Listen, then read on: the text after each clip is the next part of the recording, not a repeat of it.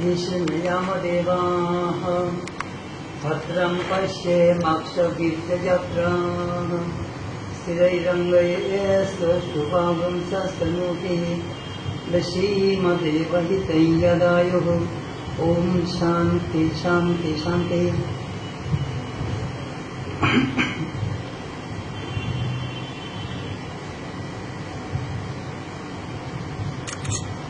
আপনারা শুনেছেন আজকে আমাদের বিষয়বস্তু বক্তৃতার বিষয় আমার গিরিশ সমুদ্র।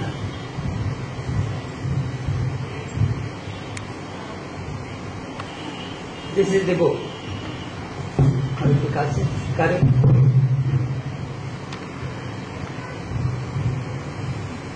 গিরিশ বক্তৃতা আমি 3 ভাগে ভাগ করে নেব। প্রথম গিরিশের বাল্য জীবন, early life. Second acting life. Third transformation, শ্রীরামকৃষ্ণের সংস্পর্শে সে তার কি রূপান্তর হল। তারপর হাইলাইটস, স্বামী গিরিশের কোনটা আমার কাছে খুব অনুপ্রেরণাপ্রদ সেইটা আপনাদের বলবো। মাঝে মাঝে ইংরেজি এসে যাবে, আমাকে ক্ষমা করবেন। প্রথমেই দেখা যায় গিরিশের প্রতিভা, জিনিয়াস।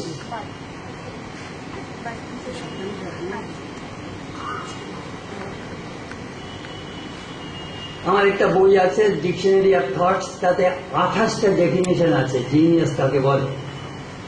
থমাস এডিসন বলছেন 1% inspiration, 99% perspiration. That is called genius. Genius finds its own road and carries its own lamp. Goethe বলছেন, the first and the last thing required of genius is the love of truth. Right? Genius must be born, it never be taught. Girish বলতেন, a genius does not walk on the same path that has been trodden by others. উদাহরণ দিচ্ছেন, পূর্বে England থেকে ভারতবর্ষে আসতে 6 মাস সময় লাগতো, via Africa, via Cape of Good Hope. মানুষের জেনিউটি সুয়েজ ক্যানাল তৈরি করলো, তাতে 3 সপ্তাহের মধ্যে ইংল্যান্ড থেকে ভারতবর্ষে আসা যায়। মানুষের প্রতিভাই এই সমস্ত যাত্রাপথ সুগম করে দেয়।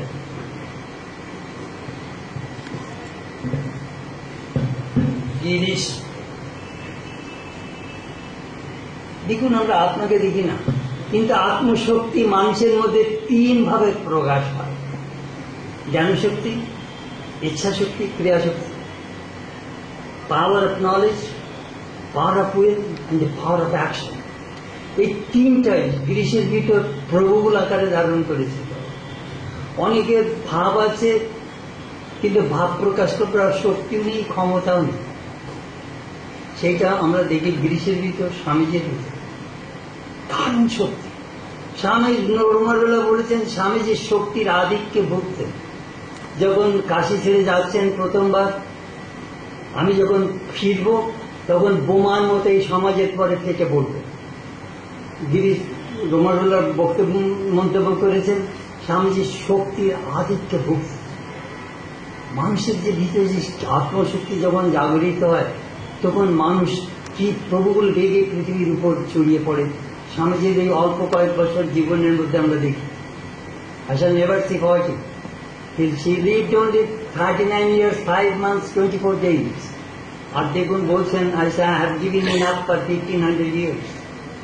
It is a বিস্ময়, সত্যি বিস্ময়। গিরিশের জীবনও ওই রকম বিস্ময়কর। গিরিশের জীবনী, he was born in 1844 সালে জন্ম। মা 11 বছরে মারা গেলেন, বাপ 14 বছরে মারা গেলেন। দুর্দান্ত, দুরন্ত, মানে শৃঙ্খলাহীন। বড় বোন কৃষ্ণ কিশোরী দক্ষিণাকালী, ভাইকে সামলাতে পারছে না বলে দেও কেটে বিয়ে দিয়ে দাও। বিয়ে হলো। 15 বছর বয়স প্রমোদিনীর সঙ্গে ডাউরিতে যা টাকা পেলেন ইংলিশ লিটারেচার কিনলেন, ক্লাসিক্যাল ইংলিশ লিটারেচার পড়া শুরু করলেন।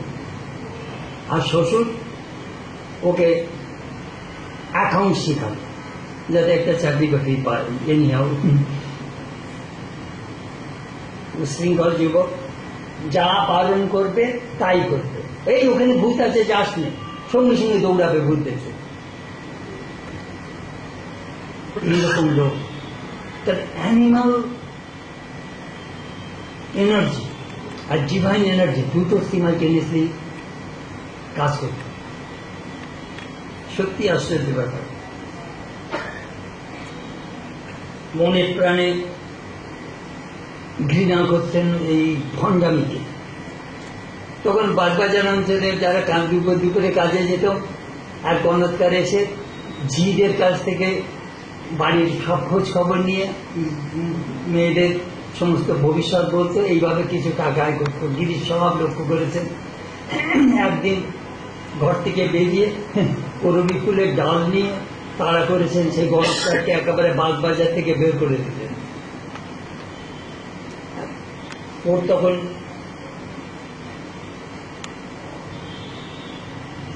এথিইজম মানে নাস্তিক ভাব এসেছে।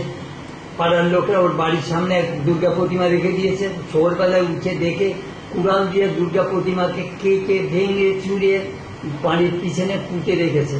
তারপর দিন জ্বর, তার বোন বলছি করিস কি? আরে যাও যাও যাও, ভগবান নেই। কি দুরন্ত প্রকৃতির লোক ছিলেন এই গিরিশচন্দ্র ঘোষ।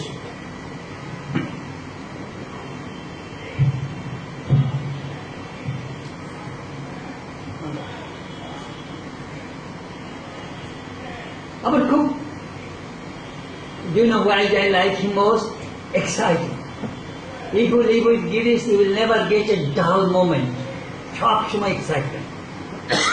বলে পাড়ায় এক মুসলমানের বাড়ি থেকে মুরগি এসে ওর বাড়িতে পড়েছে, মুরগি মেরে খেয়েছেন, কয়েকবার খেয়েছেন।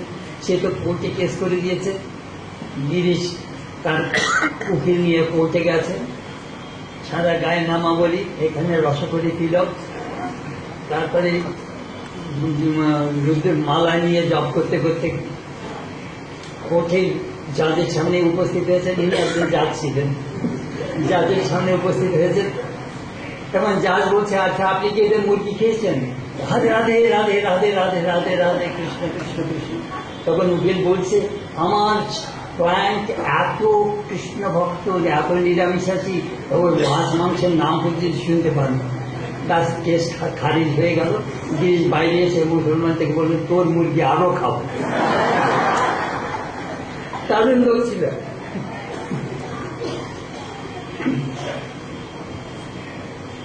একজন একটা 1969 দীনবন্ধুর শতবার একাদশী প্লে হবে। গিরিশকে বলা হলো, তোমাকে নিমচাঁদের ভূমিকা অভিনয় করতে হবে। তা বললে, অভিনয় করতে পারি অন কন্ডিশন, তুমি ওই যে বোতলের লাল ঠান্ডা জল দেবে, রং করা জল, ও খেলে আমার নিউমোনিয়া হবে। আমি খাঁটি বিলিতি মদ চাই, না হলে মাথা বেরপাত করতে পারবো না। বলে তাই দেওয়া হবে। বলে ওর সমস্ত ভঞ্জাবির মধ্যে আমি নেই, আমি একেবারে just you give me the right thing. বাগবাজারের অ্যামেচার পার্টি করলেন।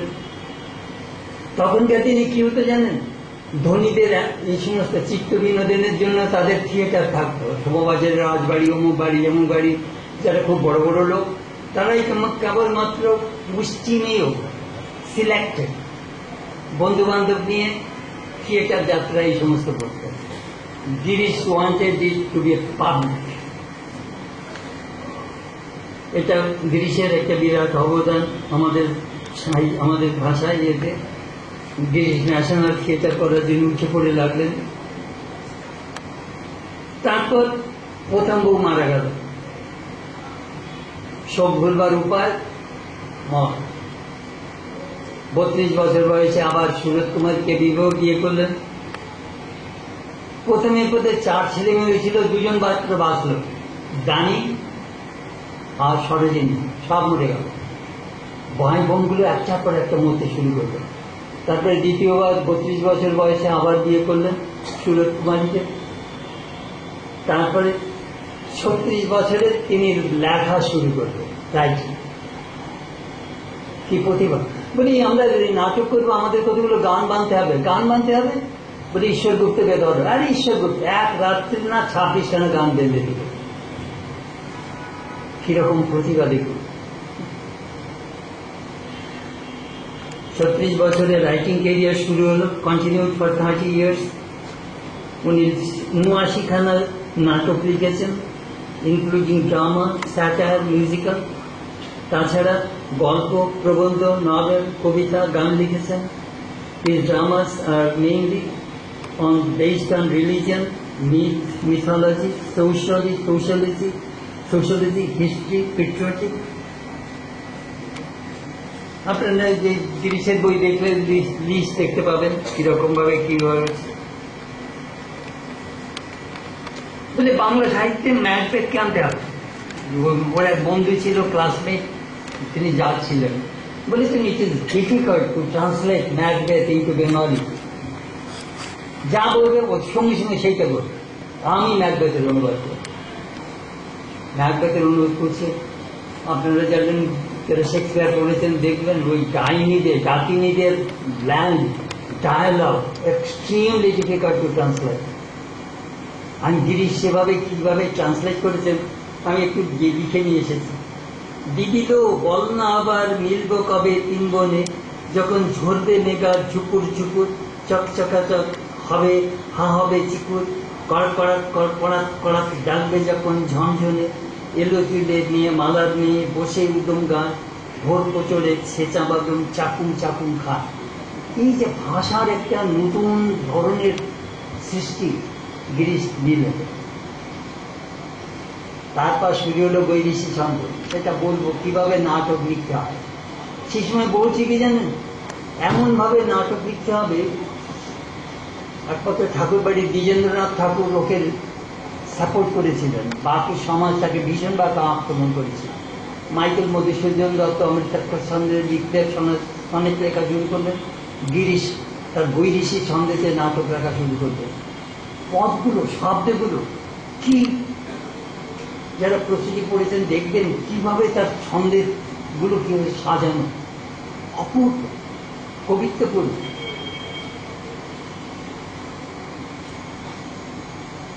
তারপর তার প্রতিভা ম্যাকবেথ।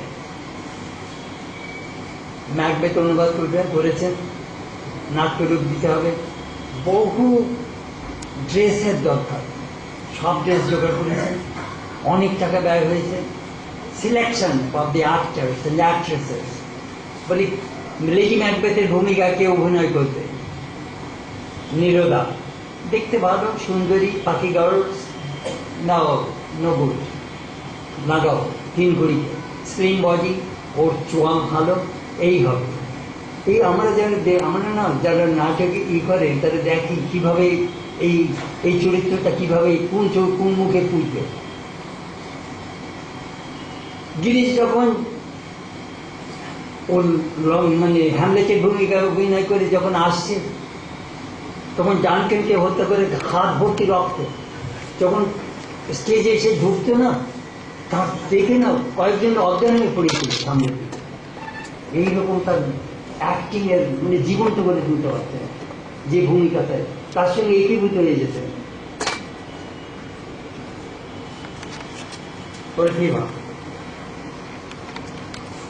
তারপর দুটো নাটক খুব সমাজের পক্ষে খুব সেই সময় বিশেষ প্রয়োজন ছিল। একটি হলো বলিদান, দ্বিতীয় হলো প্রফুল্ল। বলিদানে ডাউরি সিস্টেমের পথে গিরিশের দারুণ আক্রমণ। সেই মেয়ে মারা গেছে, আত্মহত্যা করেছে, সেই মাতা দ্বিতীয় তৃতীয় বর ইনকাম, সে মেয়ের বিয়ে দিয়ে ওর টাকা জোগাড় করতে পারছে না ডাউরি সিস্টেমের জন্য, আর সেই যুবতী মেয়ে সুইসাইড করছে। যেটা এমন ভাবে দেখিয়েছেন না সমাজের পরে, তখন এটা দরকার ছিল। এখন তো যদিও এটা ল করে ডাউরি সিস্টেম বন্ধ হয়েছে, বাট এনিহাউ ওই সমস্ত নাটকের তখন সমাজের প্রয়োজন ছিল। দ্বিতীয়, সেটা হলো বলিদান। প্রফুল্ল ড্রিঙ্কিং, লোকে মনে করতে ড্রিঙ্ক না করলে তুমি সিভিলাইজ নাও, যেমন ইংরেজ হতে গেলে তোমাকে ড্রিঙ্ক করতেই হবে, এই সমস্ত করে সমাজের ভিতর সেই ড্রিঙ্কিং এর কি প্রবলেম। যোগেশের ভূমিকায় যখন গিরিশ অভিনয় করছে না, সব টাকা গেছে, ধনী ছিল, বউকে মেরে তার গয়না ছিঁড়ে নিয়ে যে বিক্রি করে মদ খাচ্ছে, ছেলের হাত থেকে টাকা ছিনিয়ে নিয়ে মদ খাচ্ছে। এমন বিভৎস ভাবে গিরিশ সেই সমস্ত সিনগুলো দেখিয়েছেন, তখন সেগুলো সমাজের পক্ষে বিশেষ প্রযোজ্য ছিল।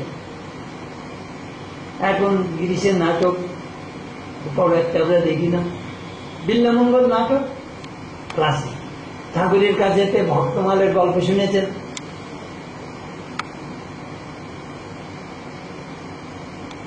চিন্তামণি বিল্লামঙ্গল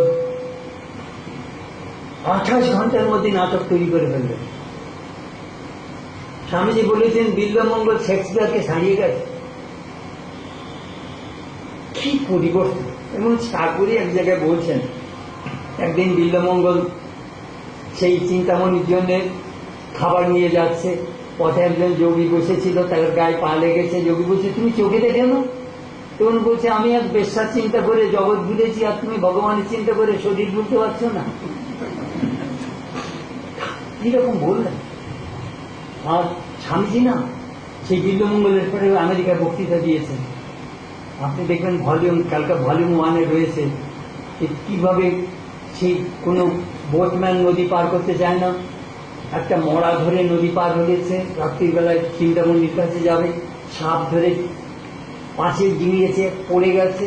চিন্তামণি এসে বলছে, my goodness, you are not suppose to come today, your father died. বললেন, না না, আমি তোমাকে ছাড়া থাকতেই পারবো না। তখন বললেন, আমার প্রতি তোমার যে ভালোবাসা, এই ভালোবাসা তুমি ভগবানকে দাও, তুমি ভগবানকে পাবে। আমি যদি টাকার জন্য ভান করি, my love is pretension, it is not real. তাস চিন্তামণি গুরু হয়ে গেল। ব্যাস, দেখুন বিল্লামঙ্গলের জীবন আমূল পরিবর্তন। এমন ভাবে গিরিশ দেখিয়েছে না। একটা সিন আমি কখনোই ভুলবো না, পাগলিনীর ভূমিকায় ঠাকুর গিরিশ একটা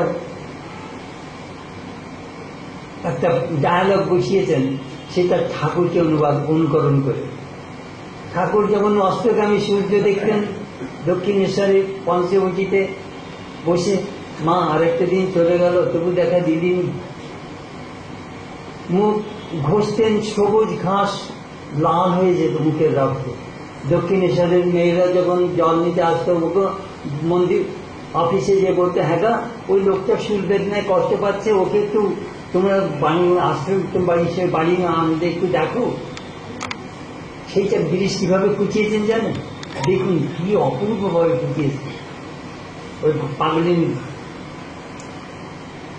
ওই শঙ্খ ঘণ্টা নাদে, সায়ং সন্ধ্যা করে দ্বিজগণে, ওই তো ফুরালো দিন, কই দেখা হলো, দেখা দাও দয়াময়, প্রাণ করে আকুলি বিকুলি।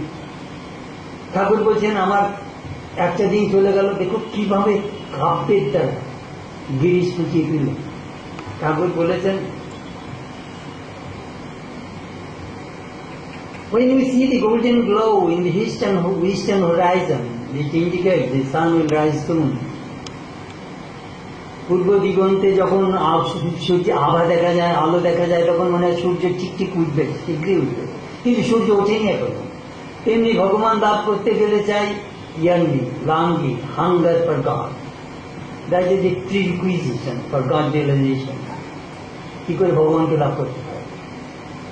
গিরিশ তার ওকে ফুটিয়েছে, কি নাম বিল্লামঙ্গল নাটক, অপূর্ব, সত্যি অপূর্ব।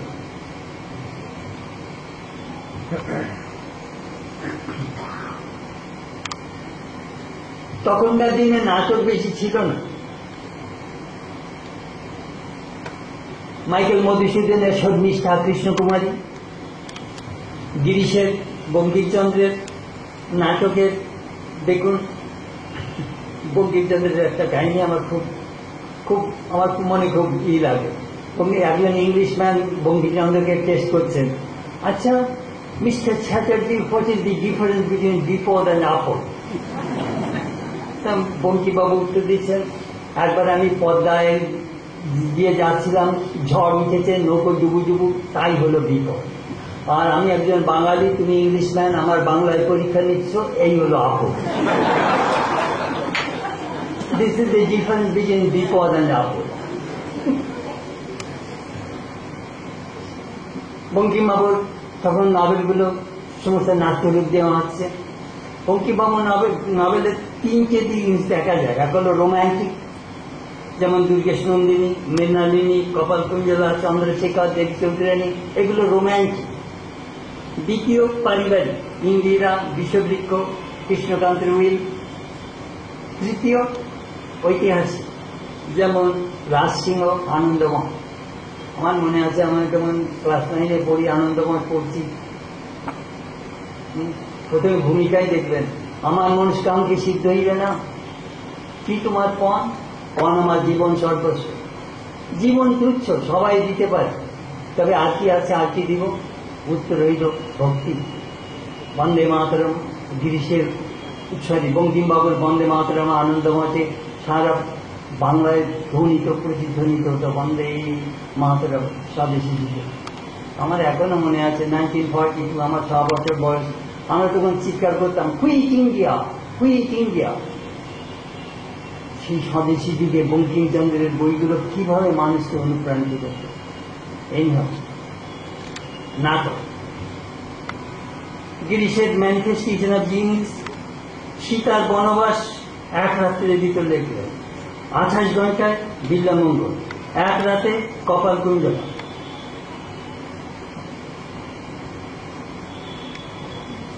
দুই তিন সেক্রেটারি তার নাটক ডিকটেশন দিত, উনি নিজে হাতে লিখতে পারতেন না। অনেক সময় পায়চারি করতেন, বিভিন্ন চরিত্রের ভয়েস চেঞ্জ হতো, মেয়েদের ভয়েস, পুলিশের ভয়েস, বলে যাচ্ছেন, সব পেন্সিলে লিখবে। তখন পেন নেই, দোয়াত কলম চলবে না, প্রত্যেক কলম দোয়াতে ডুবাতে তো সময় চলে যাবে, পেন পেন্সিল দিয়ে রাখবে। কেউ যদি জিজ্ঞেস করতে, ওই আর একবার রিপিট করুন, চুপ, আমার ফ্লো থামিও না। যদি কোনো জায়গায় আমি বলতে না পারি, দরজা দিয়ে যাবে, আমি পরে এসে পূরণ করে দেবো। আমার ফ্লো নষ্ট করুন না, আমার ভাব নষ্ট করুন না, আমাকে বলতে দাও। অদ্ভুত জিনিস। একসঙ্গে 2-3টে নাটককে উনি ডিকটেট করতে পারতেন। ঠাকুর বলেছিলেন, আমি আমার বুদ্ধিমান ব্যক্তি কখনো দেখিনি।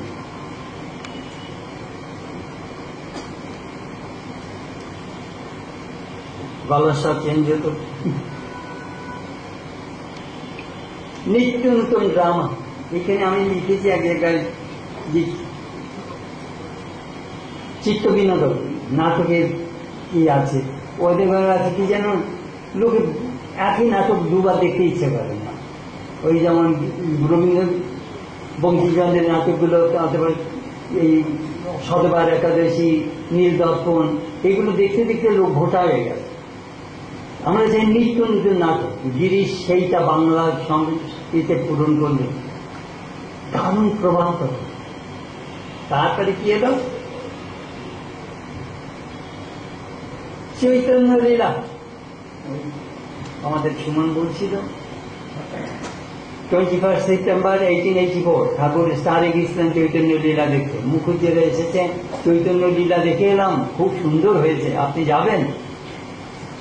ঠাকুর বললেন, হ্যাঁ যাব। কয়েক ভক্ত বললেন, সে কি, যারা 12 বণিতা বেশ্যা তারা চৈতন্যের ভূমিকা অভিনয় করে, আপনি পরমহংস, আপনি যাবেন কেন? আমি তাদের মধ্যে মা জগদম্বাকে দেখব। তাই তিনি দেখলেন। বিনোদিনী নিমায়ের ভূমিকায়, চৈতন্যের ভূমিকায় অভিনয় করেছিলেন। থিয়েটারের পরে ঠাকুর কি বললেন, সবাই জিজ্ঞেস করলে কেমন দেখলেন? আসল নকল এক দেখলেন। আমি চৈতন্যকেই, আমি বিনোদিনীকে দেখিনি, আমি চৈতন্যকেই দেখেছি বিনোদিনীর মধ্যে।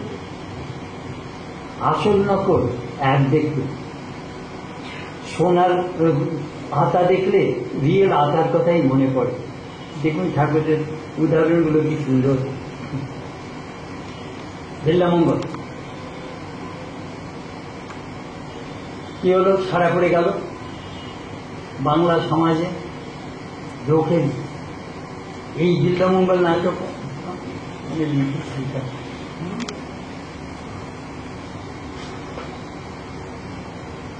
কতগুলো বাপে খেদানো মায়ে তাড়ানো ছেলে আর গোটা কত বেশ্যা মিলে কিশোরীর প্রেম নিরিয়ায় প্রেমের জোয়ার বয়ে যায় গে বাংলার পরিণাম প্রচার করল গিরিশ। নড়ল নবদ্বীপ, নড়ল দক্ষিণেশ্বর, নড়ল নবদ্বীপ, নড়ল দক্ষিণেশ্বর। কি হলো? Sri Ramakrishna sanctified the Bengali stage. নবদ্বীপের ব্রজনাথ বিদ্যারত্ন পুত্রকে বললেন মথুরানাথকে, মথুরানাথ পদরত্নকে পাঠালেন, ওরে শুনি গৌরাঙ্গ আবার এসেছে রে, যা যা যা দেখে আয়, কলকাতায় দেখে আয়। ব্যাস স্টার থিয়েটারে সব ভক্তেরা ঢুকে গেল, সব কৃষ্ণ মানে দেশে মানে ভক্তি স্রোত প্লাবিত করে দিলেন গিরিশ চৈতন্য লীলার ভিতর দিয়ে। তারপর এখন বহু বৈষ্ণব এসে গিরিশকে সকালবেলা এসে দর্শন করতে যায়। আমাদের বাঙালি থিয়েটার গুলো কিরকম হয়, 9টায় শুরু হবে, 3টে শেষ হবে, 6 ঘন্টা। আমেরিকান থিয়েটার মুভিগুলো 2 ঘন্টা বেশি হবে না, সব বেশিরভাগ মুভি 2 ঘন্টার আগে শেষ হয়ে যাবে। আমাদের ইন্ডিয়ান মুভিগুলো কতজন, প্রায় অন্তত 3 ঘন্টা, 2.5 ঘন্টা থেকে 3 ঘন্টা চলে। এই সারা রাত জেগে থিয়েটার করে বাড়িতে এসে ঘুমিয়েছেন, সকালবেলা এসে বৈষ্ণব বাবাজিরা ওকে গিরিশকে তাকে অভ্যর্থনা করছে। আর বিরক্ত হয়ে, এই নিয়ে আমার একটু আমার বোতল নিয়ে আয়। বেড়ার বোতল নিচ্ছেন, ঝকঝক করে ড্রিঙ্ক করছেন, বৈষ্ণব বাবাজিরে বলছেন, আহা আপনি কি চরণামৃত খাচ্ছেন? চরণামৃত বাবাজি, শ্রীমদ ভাগবতম, ফার্স্ট মদ তারপর ভাগবত, শ্রীমদ ভাগবতম ফার্স্ট মদ। ড্রিঙ্ক করছেন, এই তুই পাষণ্ড পাষণ্ড পাষণ্ড বলতে বলতে বিদায় বলে, আমি বাগবাজারের গিরিশ, আমার সঙ্গে ভণ্ডাম, রাত্রে ঘুমাতে পারিনি, একটু ঘুমাবো, এখন এসে বিরক্ত করছে, দাও তাড়িয়ে দাও। দাঁড়িয়ে যাওয়ার গিরিশ, আমাদের বাগবাজারের গিরিশ। ঠাকুরকে patron saint of the Bengali stage করলেন। অ্যাক্টর অ্যাক্ট্রেসদের বললেন, যখন মন্দির তুমি যাবে স্টেজে, এই ঠাকুরকে প্রণাম করে যাবে। That is introduced by Girish. Brilliant actor, brilliant playwright, outstanding director. 1873 খ্রিস্টাব্দে মেয়ে চরিত্র ঢুকলো বাংলা স্টেজে। আগে মেয়ের ভূমিকা সব পুরুষ লোকরা ভূমিকা অ্যাক্টিং করতো। মাইকেল বললেন চলবেন না, সেই মিটিং এ বিদ্যাসাগর ছিলেন, রবীন্দ্রনাথ ছিলেন, তারা সভা ত্যাগ করে চলে গেলেন। অনৈতিকতা, ইমরালিটি সমাজে যুদ্ধে। দেখুন এখন বড় বড় ঘরের মেয়েরা সিনেমায় বা থিয়েটারে তারা একেবারে যাওয়ার জন্য পাগল। তখনকার দিনে আপনার মেয়ে যদি স্টেজে পাঠ করে, প্লে করে না, বিয়ে হবে না। সমাজ পাল্টাচ্ছে। কোথায় মেয়ে পাবেন? গিরিশ রেড লাইট ডিস্ট্রিক্ট বেলসাপল্লিতে যে মেয়ে জোগাড় করতে শুরু করলেন। কিঙ্করী, বিনোদিনী, তারাসুন্দরী। আমি এই বইটা লিখেছি, আমি অত্যন্ত দরদের সঙ্গে ওই 3টা চ্যাপ্টার লিখেছি, একটা চ্যাপ্টার লিখেছি। 3 unforgotten actresses of Bengal, 3টি মানে বিস্মিতা নায়িকা। এদের জীবন যেভাবে দেখানো হয়েছে না, আমি নিজেই এক জায়গায় আমি প্রশ্ন করেছি, আমি বিনোদিনী, যদিও আমি রেড লাইট ডিস্ট্রিক্টে জন্ম করেছি, আমার কি সমাজে স্থান নেই? আমি আমার প্রতিভা আছে, আমি অ্যাক্টিং করে লোকের মনে ভক্তি এনে দিচ্ছি, আর তুমি আমাকে অচ্ছুত ঘৃণা করো। তখন আপনারা কি উত্তর দেবেন? আমি আমার জীবন পরিবর্তন করতে চাই, তুমি আমার জীবন পরিবর্তন করতে দেবে না? দেখুন সমাজ পাল্টাইছে, আরো পাল্টাবে। আমি এই বইটা খুব প্রাণ ঢেলে ওইগুলো লিখেছি। একটা সময় পত্রিকা 4-5 বছর আগে পূজা সংখ্যার আমার ওইটা আমি নিজেই অনুরোধ করেছিলাম, ওটা ছাপিয়েছিল দেখতে। তারপর সত্যি এই মেয়েগুলো পরবর্তীকালে তারা সুন্দরী ব্রহ্মানন্দের কাছে দীক্ষা পায়। 3 কোটি মাকে যে গান শোনাত, বিনোদিনী তারা সুন্দরী 3 কোটি তারা বেলুন মাঠে যেত, ব্রহ্মানন্দ তাদের কি যত্ন করতেন, এদের জীবন পাল্টে গেল। Girish acted as a very vital role in the Ramakrishna divine drama. How? ঠাকুরের বাণী দেখুন, শ্রীমৎ কথামৃতের দ্বারা প্রচার করলেন, স্বামী বিবেকানন্দ কমপ্লিট ওয়ার্ল্ড দেখলেন, আর গিরিশ রেড লাইট ডিস্ট্রিক্টে ঠাকুরের বাণী ঢুকিয়ে দিলেন। They need Ramakrishna more. Girish really did a wonderful work. Girish কাব্যের নাট্যেও রামকৃষ্ণের প্রভাব একটা বিরাট চ্যাপ্টার এখানে লিখেছি, আরো অনেকেও লিখেছেন। হেমেন্দ্রনাথ দাশগুপ্ত গিরিশ প্রতিঘাত দেখবেন, আমি ওখানে অনেক বিশদভাবে লিখেছি, অনেক বিশদভাবে সংক্ষেপে লিখেছি কিভাবে ঠাকুরের কথা, ঠাকুরের বাণী, ঠাকুরের আইডিয়া গিরিশ তার নাটকে ঢুকিয়েছে। অপূর্ব অপূর্ব। কালা পাহাড় দেখবেন, সেই চিন্তামণি যার ঠাকুরের কথা রাজনীতি বসিয়ে দিয়েছে। আরেকটা দিস ইজ পেট্রিয়টিক ড্রামা। ওই ঘটনাটা আপনাদের বলি, ওটা ভেরি এক্সাইটিং।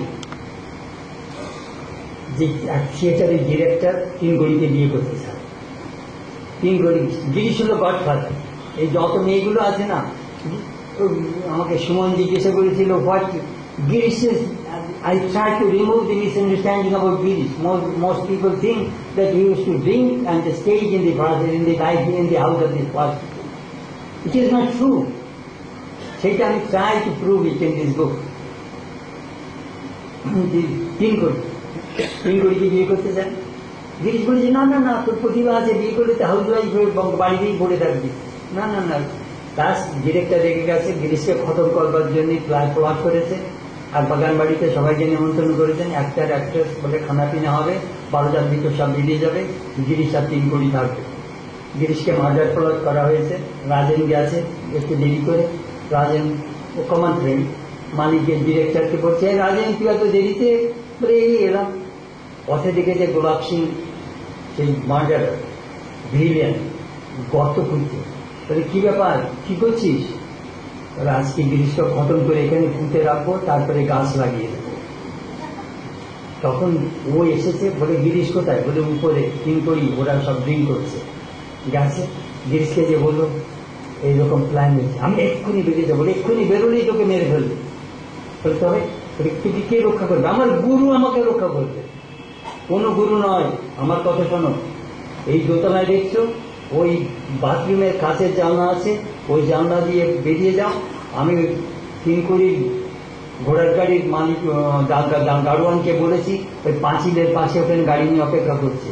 এখানে পাঁচিল ডিঙিয়ে ওই আম গাছের জাল ধরে পাঁচিল ডিঙিয়ে রাস্তায় যেয়ে পড়ো, নতুবা তোমার মৃত্যু অনিবার্য আছে। এইভাবে গিরিশ 3 কোটি পালিয়ে গেল। এটা হচ্ছে মার্ডার প্লট। আপনি দেখবেন ও আমাদের অচিন্ত সেনগুপ্ত খুব ভালোভাবে লিখেছেন। Very, very interesting, very exciting life.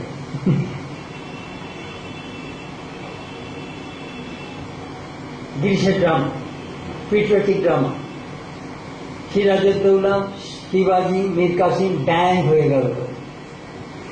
Operation Mukhopadhyay রঙ্গালয়ে 30 বছরে লিখছেন সিরাজউদ্দৌলাকে অ্যাক্টিং এর জন্য আমাদের গভর্নমেন্টের বাড়িতে যে থানায় যে বসতে হতো, তারা বলতে এই শব্দ সরান নতুবা তুমি প্লে করতে পারবে না। কেন? যখন লেখকের স্বাধীনতা বিঘ্নিত হয় তখন কি হয়? It is very bad for the society. আর একটা গিরিশ লিখতে শুরু করলেন, একটা পর একটা ব্যান্ড হয়ে যাচ্ছে। মীর কাসিম ব্যান্ড হয়ে গেল, সিরাজউদ্দৌলা ব্যান্ড হয়ে গেল, ছত্রপতি শিবাজী ব্যান্ড হয়ে গেল। তখন আমি ঝাঁসি রানী লিখতে শুরু করলেন। 2 অঙ্ক লিখেছেন। এক পুলিশ অফিসার এসে বলছে করছো কি, তোমার কলমে আগুন জ্বলে, বন্ধ করো, এ ব্যান্ড হয়ে যাবে। এই ঝাঁসি রানী আমার সত্যি একটা, আপনারা মহাশ্বেতা দেবীর ঝাঁসি রানী পড়েছেন, আমি ওটা বইটা অত্যন্ত অত্যন্ত দরদ দিয়ে পড়েছি। বইটা আমি কিনে নিয়ে গেছি এদেশ থেকে। 22 বছরের মেয়ে, मेरा झांसी नहीं दूंगी, कभी नहीं दूंगी। It was reverberated all over India. ভারতবর্ষে তখন রাজা মহারাজা রয়েছেন, সব ব্রিটিশকে তোষামত করে বাঁচবার চেষ্টা করছেন, আর এই 22 বছরের মেয়ে রানী লক্ষ্মী রায় ঘোড়ার পিঠে উঠে ব্রিটিশের সঙ্গে যুদ্ধ করছেন। মেরা ঝাঁসি নেই दूंगी, কবি নেই दूंगी। গিরিশ লিখলেন, এমন ভাবে লিখলেন দুটো অঙ্ক বাম বন্ধ করে দিতে হবে।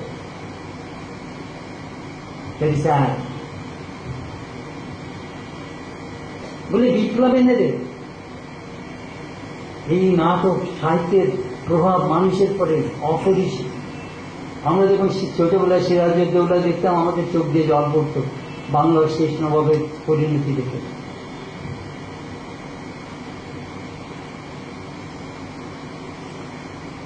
শ্রীরামকৃষ্ণ কেন থিয়েটারে গেলেন? স্যাংটিফাই দি বেঙ্গলি স্টেজ। শ্রীরামকৃষ্ণ নিজে গিরিশে বলছেন কি জানেন, আমি যে জায়গায় দাঁড়াই 7 হাত ঠিক সেখানে অপবিত্র হয়ে যায়, আমি পাপী। ঠাকুর বলেন যে পাপী পাপী বলে সে পাপী হয়ে যায়। আমি এত মদ খেয়েছি না, সে বোতলগুলো সাজালে একটার পর একটা সাজালে যে মাউন্ট এভারেস্টে লেগে যাবে। আমি গিরিশ, বাগবাজারের গিরিশ। শ্রীরামকৃষ্ণ দেখলেন আমার এই লোকটাকে বিশেষভাবে প্রয়োজন। Why? I want to show my power of redemption. আমি পতিত পাব। দেখুন বুদ্ধের ভূমিকায় আম্রপালি, খ্রিস্টের ভূমিকায় মেরি ম্যাগডালেন, চৈতন্যের ভূমিকায় দেখুন আমাদের জগাই মাতা। এদের পতিত পাবন, সেই অবতারের একটা লক্ষণ তো পতিত পাবন। দেখুন কিভাবে কি করেছে। ঠাকুরের দরকার Girish, Binodini, Kalipada. He wanted to demonstrate that আমিও পতিত পাবন। হয়েছিল কি, পরবর্তীকালে শিবনাথ শাস্ত্রী মশাই ঠাকুরের সঙ্গে যোগাযোগ ছিন্ন করে দিলেন। কেন? উনি ওই মানে অসৎ লোকদের, মানে অসৎ চরিত্র লোকদের সঙ্গে মিশতেন, মাতাদের সঙ্গে মিশতেন। যখন ম্যাক্সমুলার তাই শুনলেন না, বলি এর দ্বারাই প্রমাণিত হয় শ্রীরামকৃষ্ণ ভগবান। পড়ে দেখবেন অদ্ভুত। গিরিশ ঠাকুরের গিরিশ ঠাকুরের যেমন গিরিশকে দরকার ছিল, গিরিশেরও ঠাকুরকে দরকার ছিল।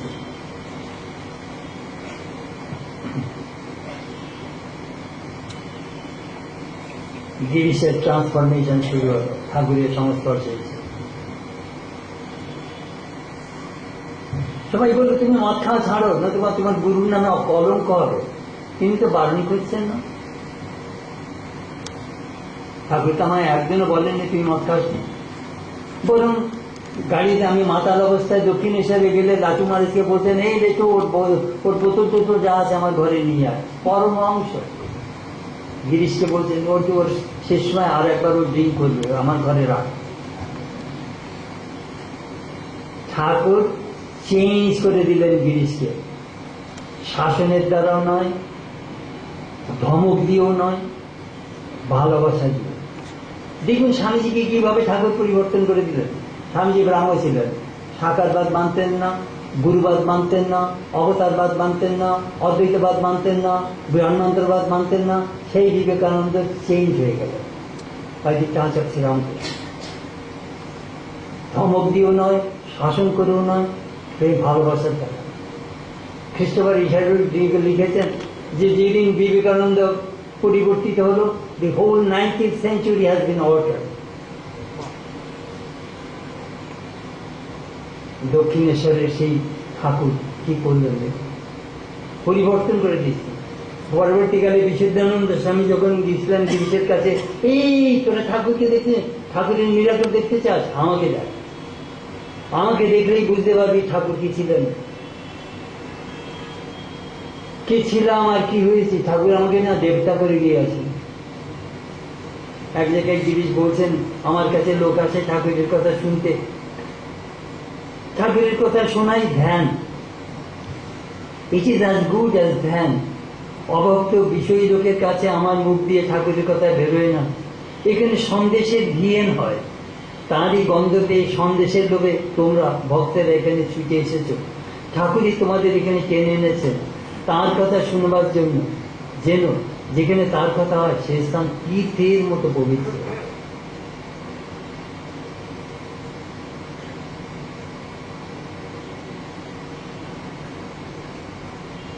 গিরিশ পাল্টাতে শুরু করলেন, জীবন পাল্টে গেল। তারপর দেখি দ্বিতীয় বউ তো মারা গেল। দেখুন সত্যি আশ্চর্য লাগে, শ্রীরামকৃষ্ণ গিরিশকে গেরুয়া কাপড় দিয়ে গেলেন, পড়তে বারণ করেছিলেন, গিরিশ মাথায় বেঁধে রাখতে হবে গেরুয়া কাপড়, সেই ঠাকুরের দেওয়া কাপড়। আমার এই সন্ন্যাসী বিবেকানন্দ ব্রহ্মানন্দের সমপর্যায়ের লোক, এই ভৈরব, আমি ওকে দেখেছি ঝাঁকা চুল, আমাকে এসে বলছে আমি তোমার কাজ করতে এসেছি। দেখো গিরিশের অন্য ভাব, ঠাকুর বলছেন রাবণের ভাব, ও দেবকন্যা, নাথকন্যা দেবকন্যাও নেবে, আবার রামকেও নেবে। Very complex character, it is not easy to understand গো গিরিশ। এই মানুষ কিভাবে কি হয়? ঠাকুর বলছেন না, let the boat be in the water but not water in the boat. নৌকা জলে থাকুক, জল যেন নৌকায় নেওয়া যায়, তাহলে নৌকা ডুববে। ঠাকুর দেখিয়ে গেলেন এই সংসারে থেকেও কি করে ভগবানের মন রাখা যায়। গিরিশ তার জ্বলন্ত উদাহরণ। কি হলো, কাশীপুরে ঠাকুরের চিকিৎসা জন্য কয়েকজন গৃহ শিষ্য তারা বলেছে যে তোমরা বেশি খরচ করছো। স্বামীজি বললেন তাহলে তোমাদের টাকা নেব না, আমরা যেমন করে পারি আমরা ঠাকুরের সেবা করবো। গিরিশ এসেলেন, এলেন, বলে কিরে তোর অ্যাকাউন্ট নিয়ে অ্যাকাউন্ট বুক, অ্যাকাউন্ট বুকে আগুন লাগিয়ে দিবে, পুড়িয়ে দাও পুড়িয়ে দাও। আর দেখ আমি আমার বাড়ির এক একখানায় ইট বিক্রি করে আমি ঠাকুরের সেবা করব। ঠাকুর বলতেন না, 5 আনা ভক্তি গিরিশে। ঠাকুর যখন শরীর গাছে গিরিশ দেখতে যায়নি, অক্ষয় সেন গিয়েছিল বলে ঠাকুর শরীর গাছে দেখতে যাবে না, বলে না। রামকৃষ্ণ ভগবান, ভগবান কখনো মরেন না, তোরা যা আমার কাছে আসিস না। আমি চোখে দেখে এলাম, বলে তোর চোখ দিয়ে যা দেখে দেখুক, আমি দেখবো না। রামকৃষ্ণ ভগবান, কিন্তু ভগবান কখনো মরেন না, বিশ্বাস। রামকৃষ্ণ জীবন্ত আমার কাছে। শুনুন, গিরিশের ওই সমস্ত কাহিনী যখন আমরা পড়ি আর শুনি, আমাদের ভিতরে না ভক্তিভাব থাকে।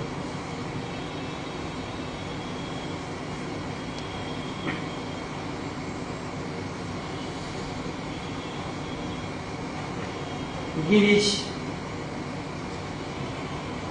এর devotion,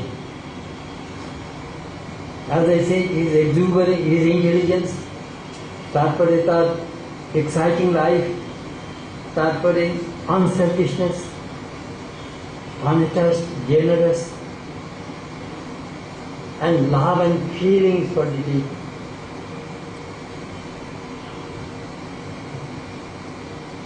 Do you know how to find fulfillment in life?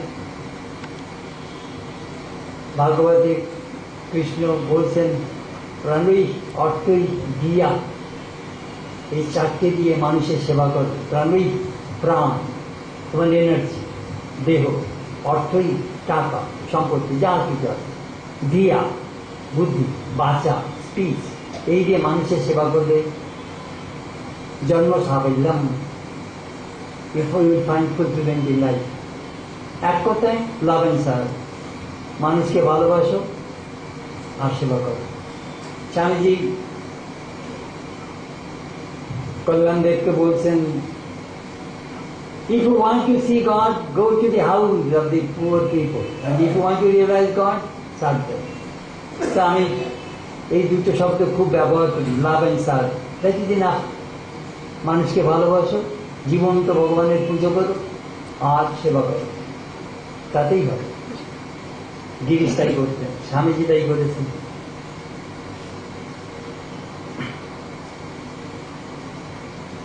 ঠাকুর অশ্বিনী দত্তকে বলেছেন, তুমি গিরিশ ঘোষকে চেনো? ও সেই থিয়েটারের গিরিশ ঘোষ যে মদ খায়, খাক না, কতদিন খাবে।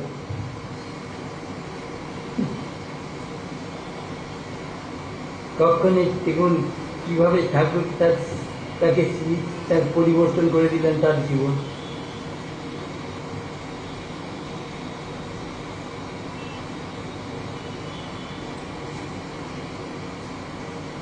গিরিশের এখন সত্যি কথা বলতে কি, এখন গিরিশের ড্রামা আমরা সমাজে দেখি না, সমাজ পাল্টে গেছে, ও ভাষা চলে না। গিরিশ করতে কি জানেন, এই মেয়েগুলো অর্ধশিক্ষিত,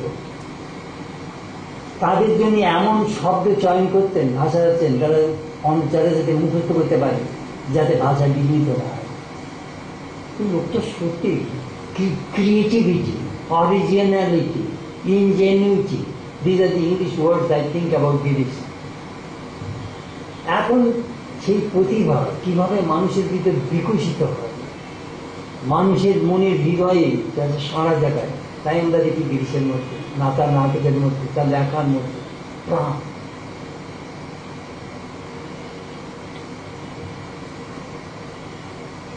সমাজে পতিতদের কিভাবে রেকগনিশন দিলেন ঠাকুর,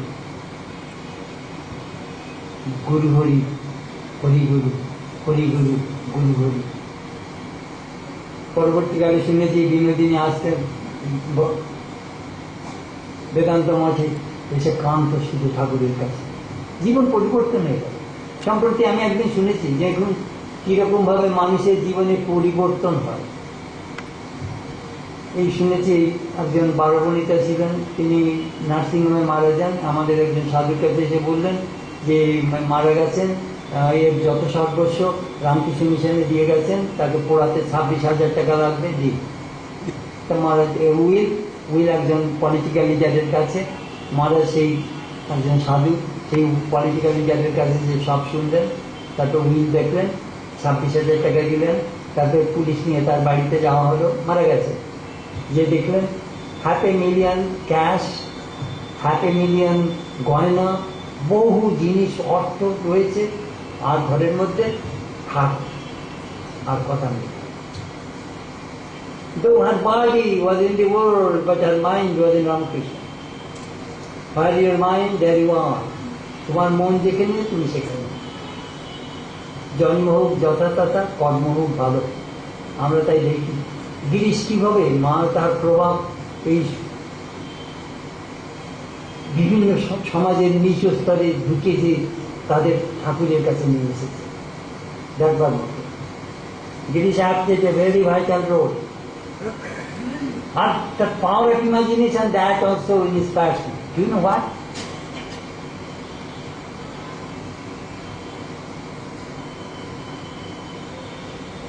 তখন মীর কাসেম ড্রামা লিখছেন, শরৎ মহারাজ গেছেন, গিরিশকে বলছেন, গিরিশ বলছেন, শরৎ কদিন এসেছো? বলে এই কয়দিন। তুমি আমার কাছে আসেনি কেন? দিন রাত আমি সেই বিট্রেয়াল, সেই বিশ্বাসঘাতকের মুখটা দেখছি। মীর কাসেমের দাড়ি আমি রাত্রিবেলায় স্বপ্নে দেখি, আমার মুখের সামনে সে দাড়ি ঘুরাচ্ছে। কিন্তু তাই নয়, আমি তার মুখটিকে ভাব ভাব করে পেঁয়াজের গন্ধ শুনছি। What a power of imagination.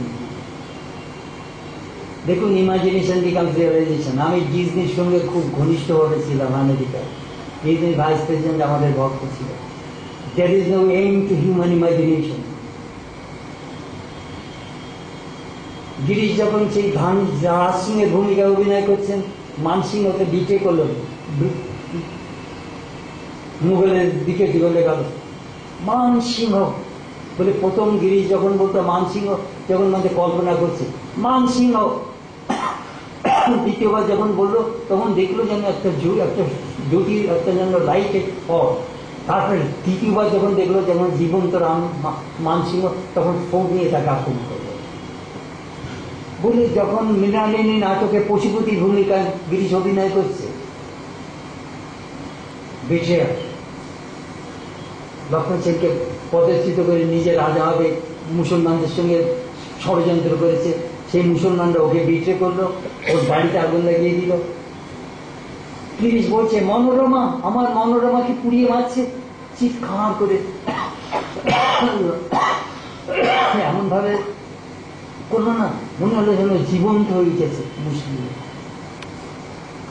যখন ভূমিকা অভিনয় করতে তখন এই কি ভূত হয়ে যেত। সেই জন্য লোকে গ্রিসের ড্রামা দেখতে যেত।